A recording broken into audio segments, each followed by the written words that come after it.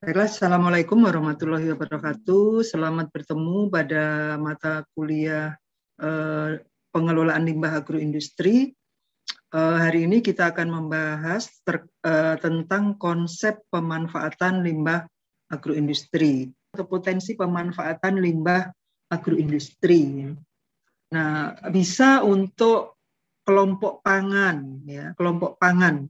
Ini contohnya protein. Nah, protein, kemudian jamur, ya. Jamur ini juga kita tidak merasa memakan makanan dari limbah. Kita tidak merasa bahwa jamur yang kita makan itu ada kaitannya dengan limbah. Padahal jamur ini ditanam dengan media limbah, ya, limbah padat. Apakah itu limbah gergajian kayu atau jerami dan limbah-limbah yang padat yang berselulus itu biasanya digunakan untuk media menanam jamur. Ya. Kemudian makanan fermentasi, contohnya tempe oncom, ya. Oncom ini kan sebenarnya adalah makanan fermentasi. Fermentasi dari ampas tahu. Ya. Kemudian satu lagi yang kita juga mungkin sudah sering konsumsi dan lupa bahwa itu adalah hasil pemanfaatan limbah, itu adalah nata de coco, ya. Nata de coco itu kan dari medianya adalah limbah air kelapa yang merupakan limbah dari industri pengolahan kelapa, ya, apakah itu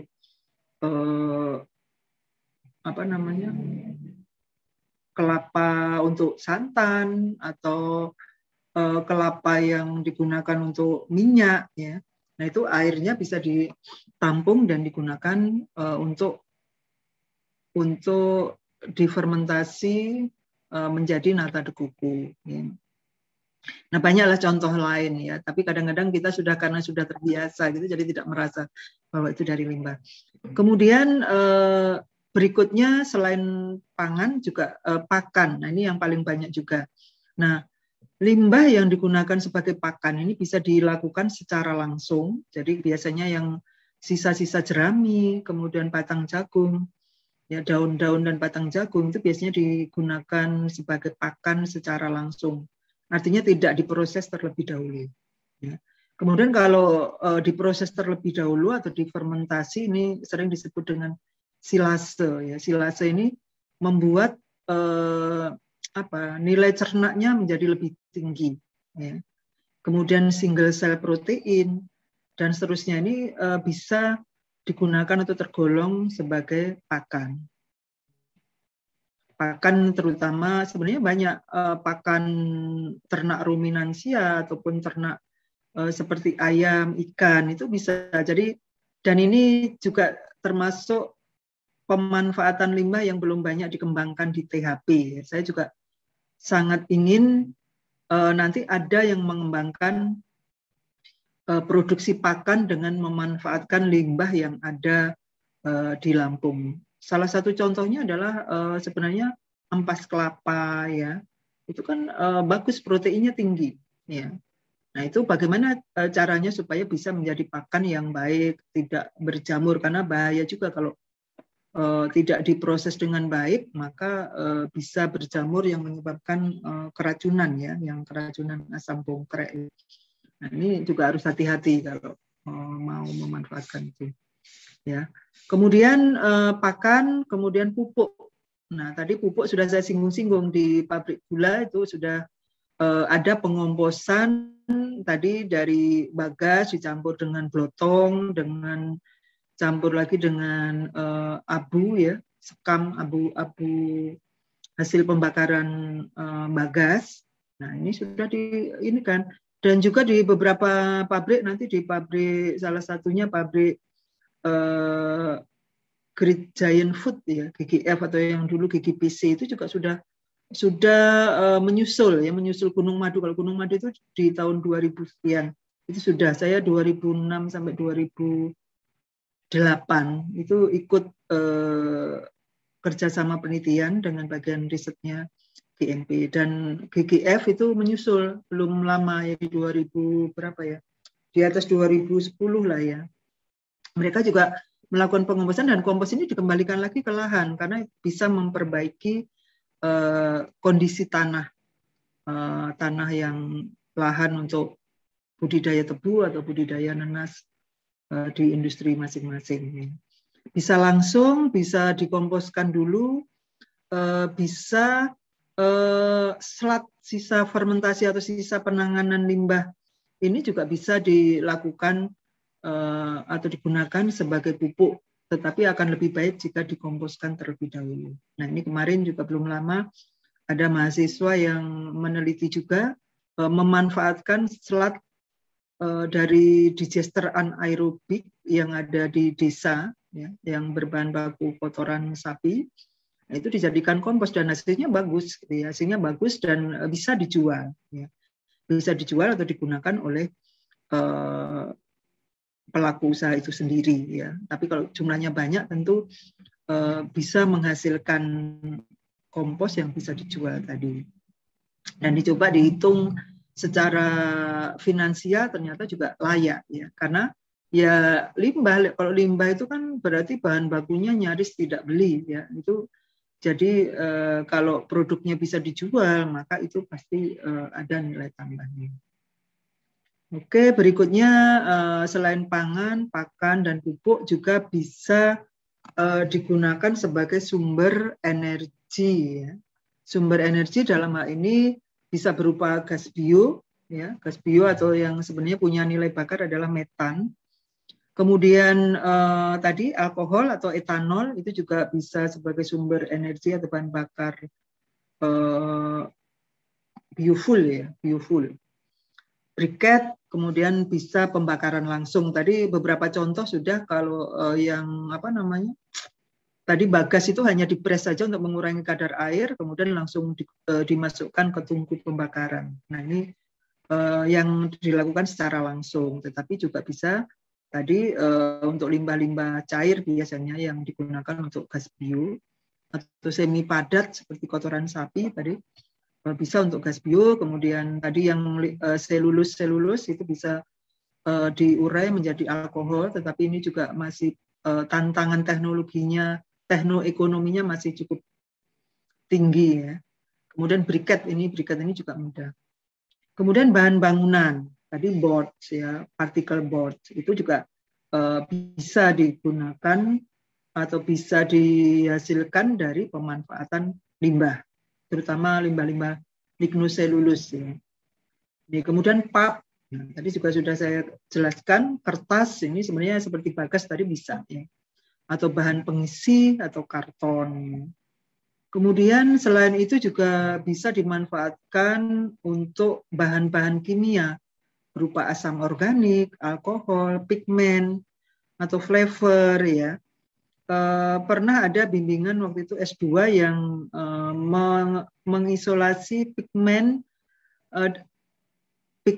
dari ini jamur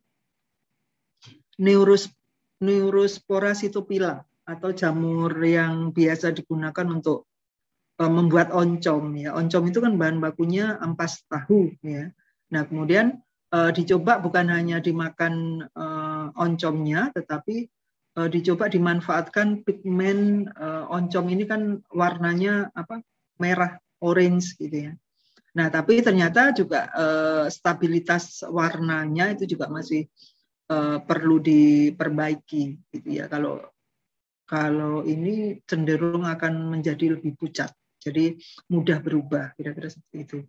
Kemudian obat-obatan. Nah, obat-obatan apakah itu antibiotik, vitamin, metabolit mikroorganisme tertentu itu bisa dihasilkan dengan fermentasi yang memanfaatkan limbah, ya.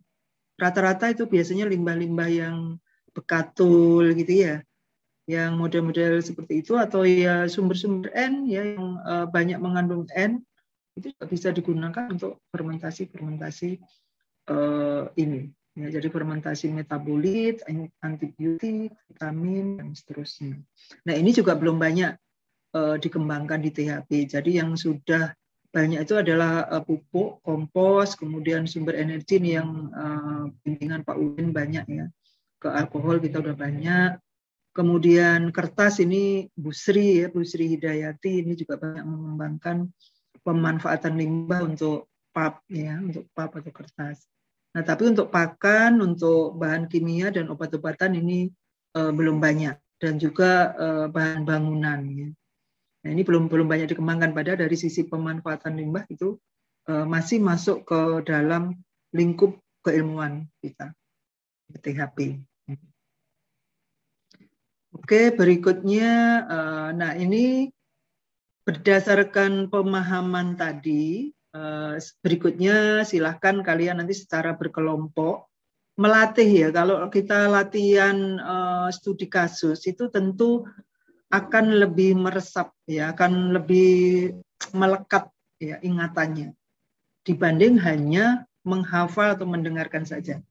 Oleh karena itu setelah ini kalian secara berkelompok memilih salah satu dari limbah padat yang ada ini untuk mendiskusikan tadi dimanfaatkan untuk apa ya kira-kira dengan menggunakan konsep pemanfaatan limbah tadi. Jadi yang pertama harus tahu karakteristiknya, kedua tahu produk alternatifnya untuk apa saja. Nah ini tentu juga perlu dikuasai ilmu atau teknologinya ya untuk pemanfaatannya. Kemudian yang ketiga tadi adalah memilih mana yang diunggulkan ya, berdasarkan tadi pasar dan juga teknoekonominya. Nah kalau kita lihat ini masih banyak yang belum optimal ya. Onggo ini sebenarnya sudah dimanfaatkan untuk beberapa produk. Silahkan nanti mungkin ada yang baru atau yang lebih prospek atau lebih menguntungkan ya. Silahkan nanti didiskusikan apa saja, seperti apa karakteristik si onggo ya. Kemudian bisa digunakan untuk apa dan juga unggulannya apa. Kulit pisang. Nah, kulit pisang ini di sentra industri pisang ya di Bank PU itu ini masih dibuang begitu saja. Biasanya diambil oleh orang untuk dibuat orang lain, maksudnya bukan industri itu ya, padahal itu kan sesuatu yang hilang begitu saja kalau diambil orang untuk pakan ternak ya. Kenapa tidak sentra industri itu kemudian berkelompok kemudian membuat unit peternakan dengan memanfaatkan kulit pisang untuk pakannya. Dan nanti beruntun, nanti pada konsep pemanfaatan limbah berikutnya nanti akan ada namanya siklus daur paksaan ya, atau sering disebut saat ini circular economy misalnya. Jadi bahwa tidak boleh ada yang terbuang begitu saja, tidak boleh ada yang mencemari, tetapi harus kita manfaatkan. Nah ini terus kita manfaatkan terus sehingga tidak ada satu limbah pun yang dibiarkan, ya, tidak bermanfaat, kira-kira seperti itu.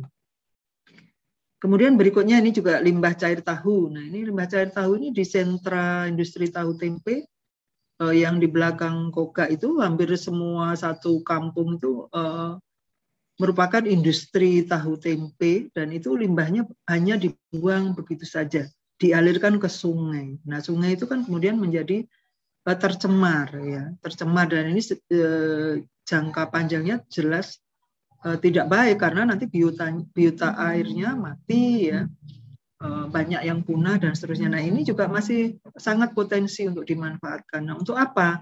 Nah kita perlu tahu ya karakteristik limbah cair tahu itu seperti apa kandungannya yang masih bisa dimanfaatkan.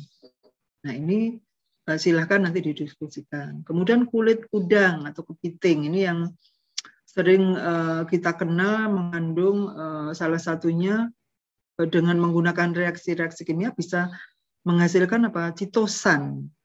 Chitosan ini juga selain sebagai pengawet juga sangat baik untuk kesehatan, untuk kosmetik ya. Nah ini juga belum terlalu banyak, apalagi di Lampung ini kan banyak penghasil udang, kepiting ya. Nah ini selama ini hanya digunakan untuk atau dimanfaatkan untuk pakan, untuk terasi, untuk kerupuk ya. Ini masih mungkin ada produk-produk yang lebih lebih bernilai, kira-kira seperti itu.